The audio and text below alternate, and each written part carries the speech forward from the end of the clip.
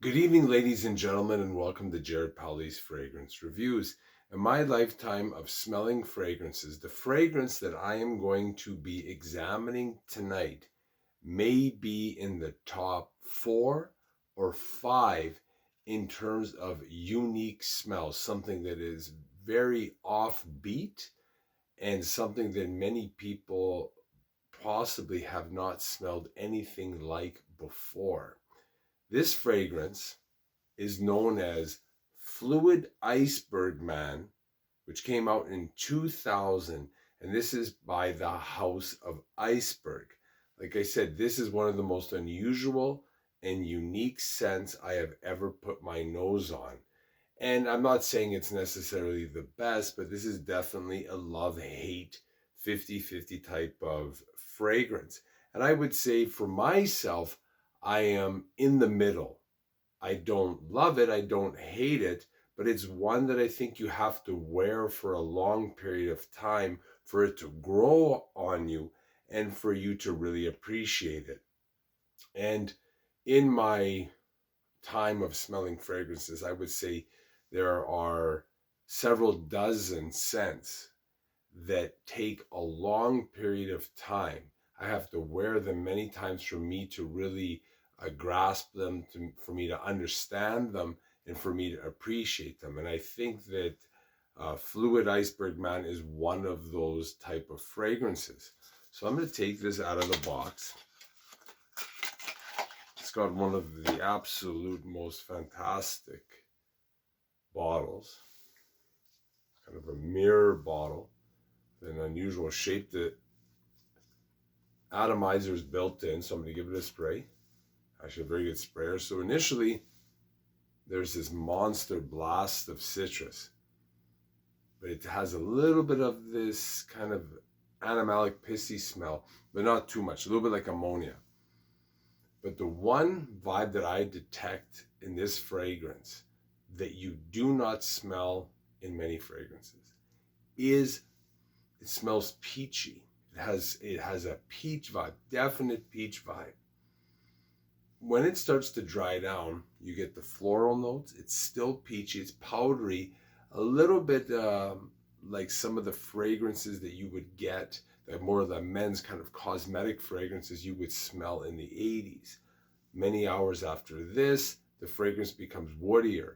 You get a little bit of honey, still floral, and a peachy tobacco scent. It continues to evolve. I would say this fragrance is very complex. It is not simple by any means. As advertised, the top notes are patchouli, peach, black currant, lemon, bergamot, mandarin, and grapefruit. The mid notes are magnolia, vetiver, oak moss, and freesia. The base notes are nutmeg, tobacco, birch, honey, amber, and cedar. Just a couple notes I briefly want to talk about. The first is magnolia, which of course is the flower, and this gives a fragrance a very fresh, luscious, and somewhat lemony effect. So with the peach, the lemon, the bergamot, the mandarin, the grapefruit, and the magnolia, there are 6 citrus notes in this fragrance. And that is very unusual to have that many citrus notes in a scent. The other note I want to talk about is black currant. This has a tangy and fruity vibe to it, and it's a little bit pissy. It has a bit of this ammonia, so-called cat piss vibe, which can be very important in making certain types of fragrances, especially floral or fruity fragrances. One other characteristic of this fragrance that is somewhat interesting is the fact that in the top notes, patchouli is used, which is mainly used in the base notes. So they're using a base note type of note in the top notes. Then the mid notes, there's oak moss and vetiver, which again are often used in the base, but they use this in the mid notes. And then in the base notes, there is cedar and tobacco. So I think using scents that are traditionally base notes, both in the top and middle of the fragrance, makes this scent very unique. How it actually plays out in the smell, I'm not too sure, but there's something very unusual way not only this fragrance smells, but the way it develops over the hours. Performance-wise, I got 7 hours, 6-7 hours, very good performance, good scent projection, good sillage and scent bubble. It's an incredible price, but again, always try before you buy, because I do not think this is going to be for everyone. And from when I first smelled it to now, it's really grown on me, and I think it's a scent that's hard to categorize in terms of what so-called genre it really is.